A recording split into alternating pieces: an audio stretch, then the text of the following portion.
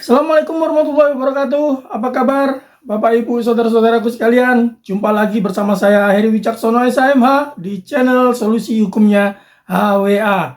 Pada kesempatan pagi hari ini saya kembali lagi ingin sharing tentang pengetahuan hukum, dan pagi ini saya akan membahas mengenai persengketaan atau perkara pengasuhan anak ketika kedua orang tuanya telah berpisah atau bercerai.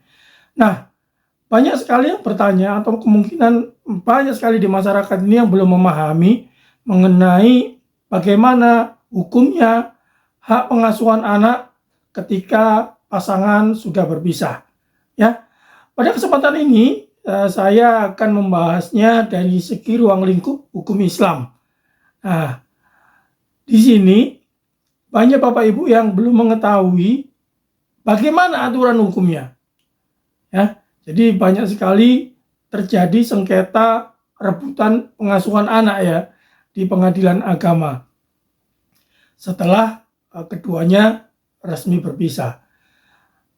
Dari sini saya berpikir bahwasanya perlunya saya sampaikan pada kesempatan pagi ini supaya Bapak, Ibu, dan saudara-saudaraku sekalian bisa memahami bagaimana sih aturan hukumnya mengenai pengasuhan anak setelah kedua orang tuanya berpisah. Ya, langsung aja pada pagi ini saya merujuk pada undang-undang atau peraturan hukum Islam yang berlaku di Indonesia, yaitu Impres.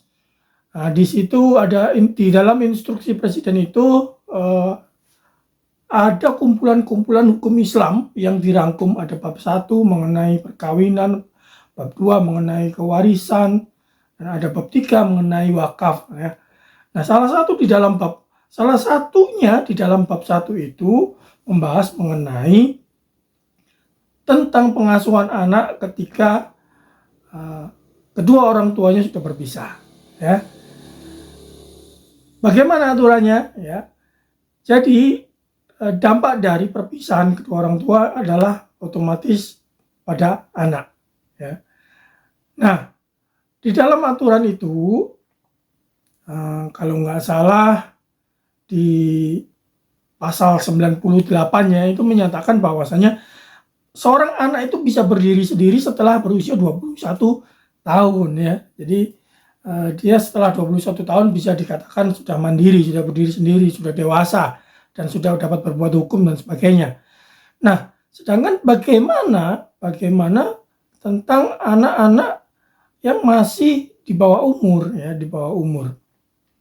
Batasan di bawah umur itu berapa sih Pak? Kalau mengenai tentang sudut pandang Islam ini ya.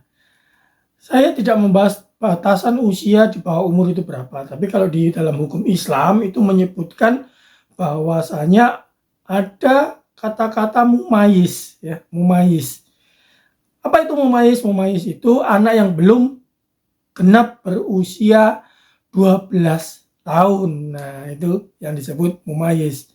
Nah, anak-anak yang belum genap di bawah 12 tahun, menurut aturan hukumnya, pada pasal 105 di instruksi presiden tersebut, mengatakan bahwasanya adalah hak ibunya.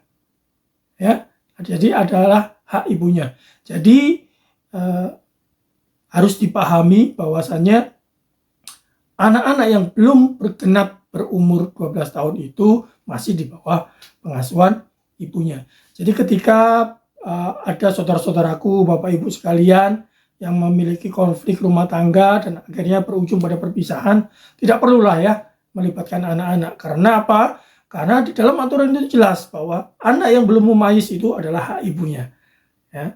Jadi tidak perlu lagi dipeributkan, tidak perlu saling gugat-menggugat untuk mengenai pengasuhan anak. Jangan seperti artis-artis di TV itu ya, rebutan anak sampai di pengadilan, kasihan ya. Kita sama-sama menyadari saja bahwasanya hak dan kewajiban itu ada. Jadi undang-undang atau peraturan instruksi dari presiden yang merangkum aturan hukum Islam ini sudah menjelaskan bahwasanya anak yang belum mumayyiz adalah hak ibunya. Sedangkan bagaimana Pak setelah anak tersebut sudah berumur 12 tahun? Nah, di dalam kesempatan ini bahwa jika masih menjadi sebuah konflik perebutan pengasuhan, maka anak tersebut bisa memilih. Ya, anak tersebut bisa memilih mau ikut ibunya tetap atau mau ikut ayahnya. Nah, proses itu nanti jika memang ada terjadi saling gugat-menggugat di pengadilan mengenai hak asuh anak. Nah, setelah anak berusia 12 tahun, maka pengadilan akan meminta pendapat anak itu bahwasanya dia akan menegaskan mau ikut ke siapa, ayahnya atau ibunya. Saya rasa demikian Bapak Ibu saudara-saudara sekalian, pengetahuan singkat pada pagi hari ini semoga dapat bermanfaat dan menambah wawasan hukum Bapak Ibu dan saudara-saudaraku yang saya cintai. Demikian saya akhiri. Jika memang Bapak Ibu ingin menanyakan sesuatu atau berkonsultasi hukum, silakan email, kirim surat di bawah ini alamatnya, nanti saya akan coba menjawabnya. Apabila channel ini bermanfaat untuk Bapak dan Ibu, saya mohon berikan like, subscribe, dan komennya. Saya akan selalu mendoakan Bapak dan Ibu sekalian dalam keadaan sehat-sehat. Terima kasih atas atensinya, terima kasih atas perhatiannya. Sehat selalu, sukses selalu, selamat beraktivitas di akhir pekan ini. Assalamualaikum warahmatullahi wabarakatuh. Sampai jumpa di video yang akan datang.